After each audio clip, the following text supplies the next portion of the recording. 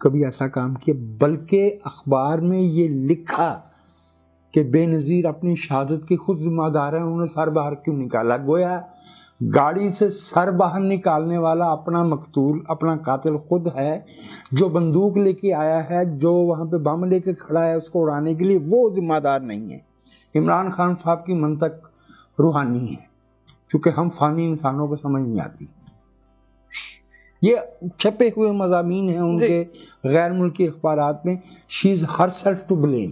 اچھا، اکتوبر 2011 میں عمران خان کو اچانک بہت مقبولیت دی گئی، اس کے اسباب کیا تھے؟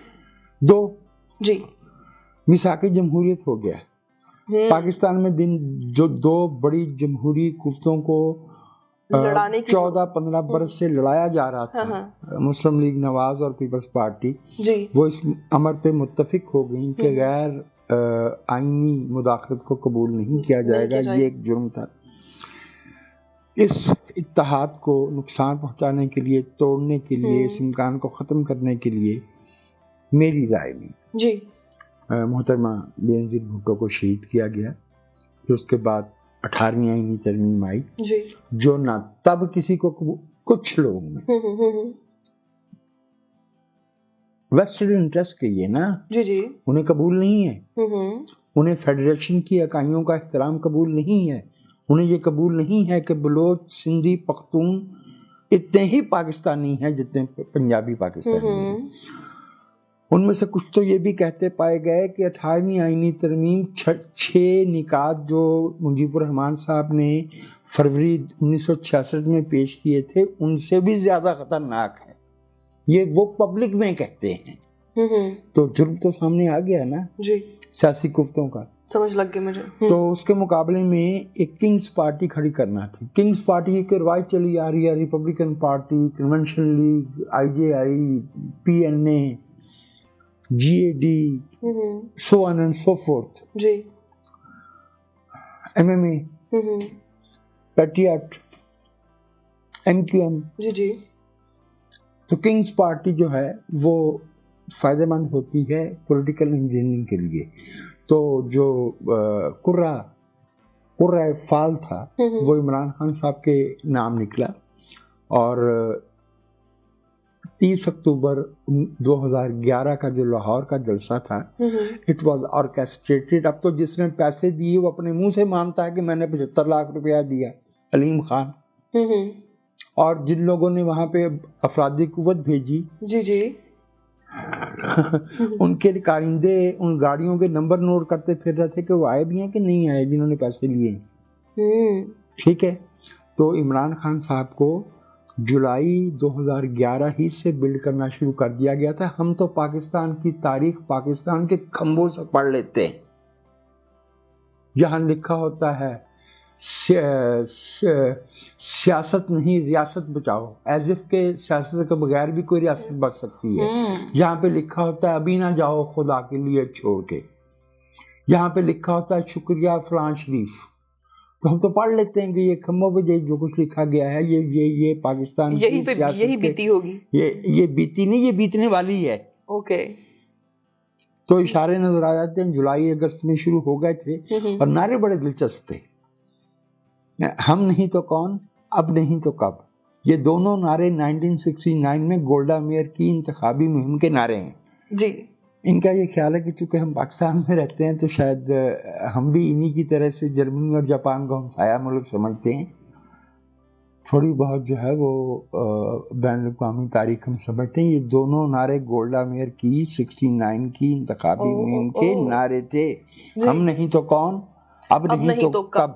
ٹھیک ہے، یہ نعرے جولائی میں نظر آنا شروع ہو گئے تھے، 71 تک ایک مومنٹم بلڈ کر دیا گیا تھا، جلسہ کیا گیا۔ اس کے باوجود کہ ان کو ایک الٹرنیٹو کے طور پر سامنے لایا گیا، اس کا طریقہ کار یہ اپنایا گیا کہ طالبان کے ذریعے اے این پی کے سینکڑوں کارکن اور رہنما شہید کیے گئے، پیپلز پارٹی کے جلسوں پہ حملے کیے گئے، ان کو عملی طور پہ انتخابی مہم سے روک دیا گیا، ایم کیو ایم کو روک دیا گیا۔ اس کے باوجود 2013 میں عمران خان صاحب بری طرح ناکام ہوئے۔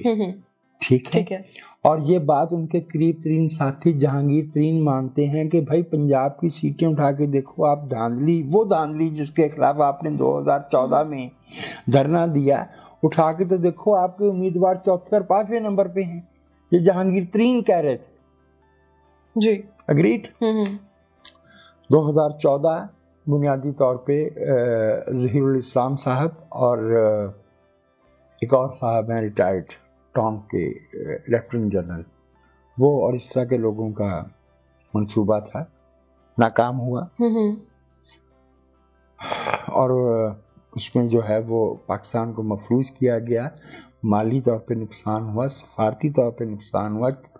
Chinese president was to visit Pakistan but in any case 126 دن فیلڈ. جی. اور اٹ واز اے فارس. ابتدائی 10-15 دن کے بعد کنٹینر کے نیچے کوئی نہیں تھا. کیمرے والوں کو ہدایت تھی، ٹیلی ویژن والوں کو، کہ آپ نے کیمرہ صرف کنٹینر پہ رکھنا ہے، اس لیے کہ نیچے تھا ہی کچھ نہیں، بندہ ہی نہیں تھا کوئی. ناکام ہوئے. جی. اس کے بعد جو 2018 کے انتخابات ہیں اس میں ہر وہ بددیانتی جو پاکستان کے 12 قومی انتخابات میں ہوئی ہے وہ ساری ملا کے بھی 2018 کے انتخابات کی دھاندلی کے برابر نہیں آتی. ارے واہ. لوگوں سے ٹکٹ واپس لیے گئے، زبردستی کی گئی، جو ہے وہ RTS بیٹھا، لوگوں کو نااہل کیا گیا. عدالت، اسٹیبلشمنٹ، انتظامیہ، political collaborators whom some people call electables، وہ electables نہیں ہیں، وہ local collaborators ہیں غیر جمہوری قوتوں کے. ان سب کو ساتھ ملا کے بھی 2018 میں عمران خان صاحب نہ پنجاب میں سمپل میجورٹی لے سکے اور نہ مرکز میں. جی. اس کے باوجود ان کی حکومت بنائی گئی. تو وہ جو آپ نے پوچھا تھا نا کہ وہ اچانک مقبولیت، وہ اتنی اچانک نہیں تھی. وہ اس کے پیچھے کافی پروسیس تھا، محنت تھی اس کے پیچھے، جو ہے وہ بہت سے لوگ تھے. جی. کیا آپ عمران خان کو ایک جمہوری رہنما سمجھتے ہیں یا آپ کے نزدیک وہ ایک پاپولسٹ لیڈر ہیں؟ جمہوریت سے تو ان کا کوئی لینا دینا نہیں ہے. انہوں نے نہ 3 برس اور 7 ماہ کی وزارت عظمیٰ میں آپ نے ان کے منہ سے کبھی جمہوریت کا لفظ سنا ہو تو مجھے بتا دیجیے. ان کا اس سے کوئی تعلق ہی نہیں. ان کا یہ خیال ہے کہ ان کی ذات مقدسہ کھجور کے ایک درخت سے اتری ہے پاکستان کی زمین پہ، اور اس لیے اتری ہے کہ پاکستان کی وزارت عظمیٰ اس کی جھولی میں ڈال دی جائے. جمہوریت سے ان کا نہ انہیں جمہوریت کی فہم ہے، نہ انہیں جمہوریت سے کوئی لگاؤ ہے، اور نہ وہ اس کو اپریشیٹ کرتے ہیں. وہ تو ایک ایسے رہنما ہیں، چین جاتے ہیں تو انہیں چین کا نظام پسند آتا ہے، وہ وہاں 400 لوگوں کو بغیر ڈیو پروسیس آف لا کے گولی مار دی جاتی ہے. وہ ایران جاتے ہیں تو انہیں ایران کی تھیوکریسی پسند آتی. وہ سعودی عرب جاتے ہیں تو انہیں یہ بات پسند آتی ہے کہ MBS صاحب جو ہے وہ جس صحافی کو چاہیں جہاں چاہیں مروا سکتے ہیں. انہیں وہ ایک جسے کہنا چاہیے نا کہ وہ پولیٹیکلی اپنے سٹانس کے بارے میں نہ واضح ہیں اور نہ واضح ہونا چاہتے ہیں. اس لیے کہ اگر آپ کا پولیٹیکل نیریٹو یا آپ کا پولیٹیکل سٹانس یا آپ کا پولیٹیکل ویو کلیئر ہو جائے تو پھر تو آپ کو اس پہ سٹینڈ لینا پڑتا ہے. تو اگر آپ کا مقصد صرف اقتدار میں رہنا ہے تو آپ اپنے اپروچ کو بڑا ہی ایمبیگوس رکھیں تاکہ آپ کو کبھی سٹینڈ نہ لینا پڑے. وہ پاپولسٹ ہیں، وہ یک وقت ریاست مدینہ میں کا نعرہ لگانے والوں میں سے ہیں. وہ یک وقت جو ہے وہ یہ بھی کہنے والوں میں سے ہیں کہ میں فرشتے کہاں سے لے کے آؤں. اگر آپ دوسروں پہ کرپشن کا الزام لگا رہے ہیں تو آپ اپنے ساتھیوں کے بارے میں کہہ رہے ہیں کہ میں فرشتے کہاں سے لاؤں، تو دوسرے کہاں سے لے کے آئیں؟ اتوار بازار سے لے کے آئیں. ٹھیک ہے. اور لہٰذا وہ ایک پاپولسٹ لیڈر ہیں جو کہ جنہوں نے عوام کو جو ہے وہ سبسٹینٹو جو کوسچنز ہیں ہمارے ملک کے وہ اسٹرکچرل ریفارم کے ہیں, بالکل, وہ جمہوری تسلسل کے ہیں, وہ معاشی ترقی کے ہیں. اس کا کوئی نسخہ ان کے پاس نہیں ہے. ان کے پاس ایک ہی نسخہ ہے کہ وہ یہ کہ کسی طرح عدالتوں کے ذریعے یا کسی بھی طریقے سے ان کے سیاسی مخالفین کو ملیا میٹ کر دیا جائے اور انہیں کھلا میدان دے دیا جائے, تاکہ جب تک وہ ہے نہ تب کوئی ہو نہ ہی آگے کوئی نظر آئے. ٹھیک ہے. اچھا, عمران خان صاحب جو ہیں وہ منتخب وزیر اعظم رہے, دستور اور پارلیمنٹ کے بارے میں جو ان کا موقف رہا ہے اس پہ آپ کی کیا رائے ہے؟ ہمارا دستور جو ہے وہ پارلیمانی جمہوریت کو انشرائن کرتا ہے جی, اور عمران خان صاحب کی صدارتی نظام کے بارے میں نرم گوشہ جی ویل نون ہے. گویا وہ دستور کی مبادیات ہی سے تعلق نہیں رکھتے. دوسری بات, جہاں تک پارلیمنٹ کا تعلق ہے, 3.5 برس کے اقتدار میں آپ دیکھ لیجیے کہ وہ کتنی بار پارلیمنٹ میں آئے, انہوں نے کتنی بار پالیسی تقاریر کی. اور میں آپ کو ایک اشارہ ہے, استعارہ ہے, وہ کبھی بھی سیدھے دروازے سے جو قومی اسمبلی کا ہے اسمبلی میں داخل ہی نہیں ہوئے. وہ ہمیشہ عقبی دروازے سے داخل ہوئے. وہ سیاست میں بھی عقبی پچھلے دروازے سے داخل ہوئے تھے, وہ پارلیمنٹ میں بھی پچھلے دروازے ہی سے داخل ہوتے رہے. ان کی عقب پیمائی جو ہے وہ استعارہ ہے, ضرب المثل ہے. مجھے یہ بتائیے کہ دیگر جو جمہوری پارٹیز ہیں, جو سیاسی پارٹیز ہیں, ان کے ساتھ عمران خان صاحب کا جو تعلق ہے اس پہ آپ کی کیا رائے ہے؟ سیاست, جمہوری سیاست نام ہی مخالفین کے ساتھ انگیجمنٹ کا ہے. صحیح, کیونکہ آپ کو یہ تسلیم کرنا پڑتا ہے کہ جس طرح سے آپ ایک سیاسی حقیقت ہیں, دوسرے سیاسی قوتیں بھی ایک سیاسی حقیقت ہیں, اور سیاست نام ہی متنوع ڈائیورس مفادات کا ہے, اور آپ ٹیبل پہ بیٹھ کے نیگوشیٹ کرتے ہیں اور ون ون پوزیشن نکالتے ہیں, راستہ نکالتے ہیں. اسی کا نام جمہوری سیاست ہے. تو عمران خان صاحب جو ہے وہ تو اپنے تمام سیاسی مخالفین کو چور قرار دیتے ہیں, حتیٰ کہ ان کو بھی چور قرار دیتے ہیں جو کبھی ان کے ساتھ تھے اور انہیں چھوڑ کے چلے گئے. ان کی جو انگیجمنٹ ہے, جس کے لیے وہ بار بار جو ہے وہ اشارے کبھی کھلے کبھی پوشیدہ کبھی وہ کرتے ہیں, وہ پاکستان کی غیر جمہوری سیاسی قوتیں ہیں. ان کے ساتھ بیٹھنے کے لیے وہ تیار ہیں, ان کے ساتھ بیٹھنے کو وہ تسلیم بھی کرتے ہیں کہ میں رات کے اندھیرے میں یا خفیہ مقامات پہ ان سے ملتا ہوں یا ملتا رہا ہوں یا اب بھی ملتا ہوں. اس کے لیے وہ تیار ہیں. سیاسی قوتوں کے ساتھ انگیج کرنے کے لیے وہ اس لیے تیار نہیں کہ سیاست چونکہ ان کا شعبہ نہیں ہے, سیاست میں چونکہ ان کی مہارت اس درجے کی نہیں ہے کہ وہ سیاسی قوتوں کو چت کر سکیں, ان پہ غالب آ سکیں. وہ ان سے خوف زدہ ہیں, وہ جمہوری سیاسی قوتوں سے خوف زدہ ہیں. دیر فور وہ پولیٹیکل اینڈ ڈیموکریٹک انگیجمنٹ میں یقین ہی نہیں رکھتے, کیونکہ انہیں نہیں پتا ہاؤ ٹو پلے دیئر. اچھا, کیا عمران خان صاحب اب اینٹی اسٹیبلشمنٹ لیڈر کہلائیں گے؟ بالکل بھی نہیں. پاکستان میں اینٹی اسٹیبلشمنٹ قوتوں کی ایک تاریخ رہی ہے. وہ عبدالغفار خان باچا خان میاں افتخار الدین سے شروع ہوتی ہے. وہ COP combined opposition parties Ayub Khan کی وہاں تک آتی ہے. وہ peoples party after certain very brief period, peoples party 77 سے بلکہ اس سے بھی پہلے سے اسٹیبلشمنٹ کے نشانے پہ ہے. پیپلز پارٹی کا بنیادی کریکٹر اینٹی اسٹیبلشمنٹ ہے. اس کے کارکنوں کے خون میں اسٹیبلشمنٹ کی مخالفت ہے اور جمہوریت دوستی ہے. لیڈرشپ میں ہو نہ ہو, کارکنوں میں ہے. مسلم لیگ کے نواز کے جو رہنما ہیں یہ IGI سے آئے. IGI اسٹیبلشمنٹ کا لگایا ہوا پودا تھا, لیکن 1993 آنورڈ اور پھر اسپیشلی آفٹر 99 وہ کھڑے ہو گئے جمہوری قوتوں کے ساتھ. اسی لیے وہ ناقابل قبول ہوئے اسٹیبلشمنٹ کے لیے.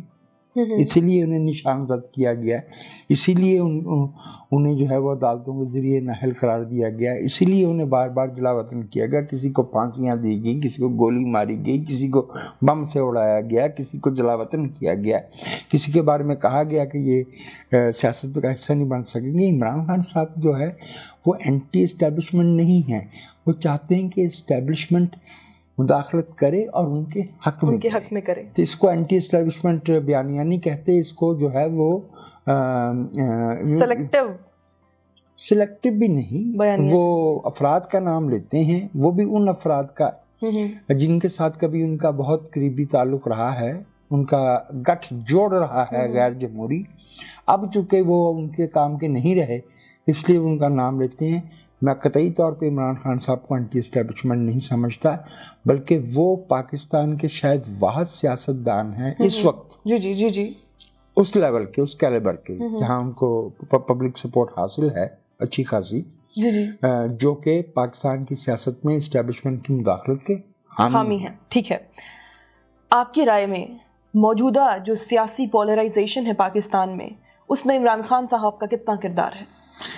ہر پاپولسٹ سیاسی رہنما اور سیاست پاپولزم کی وہ قوموں کو پولرائز کرتی ہے، چونکہ دیکھیے جمہوریت جو ہے وہ پولرائزیشن کا نام نہیں ہے، جمہوریت وسیع تر سیاسی مفاد پہ مختلف پالیسیوں کے اختلاف کا نام ہے، ڈائیورس انٹرسٹس کو مینج کرنے کا نام ہے، جس سے سب کا فائدہ ہو سکے۔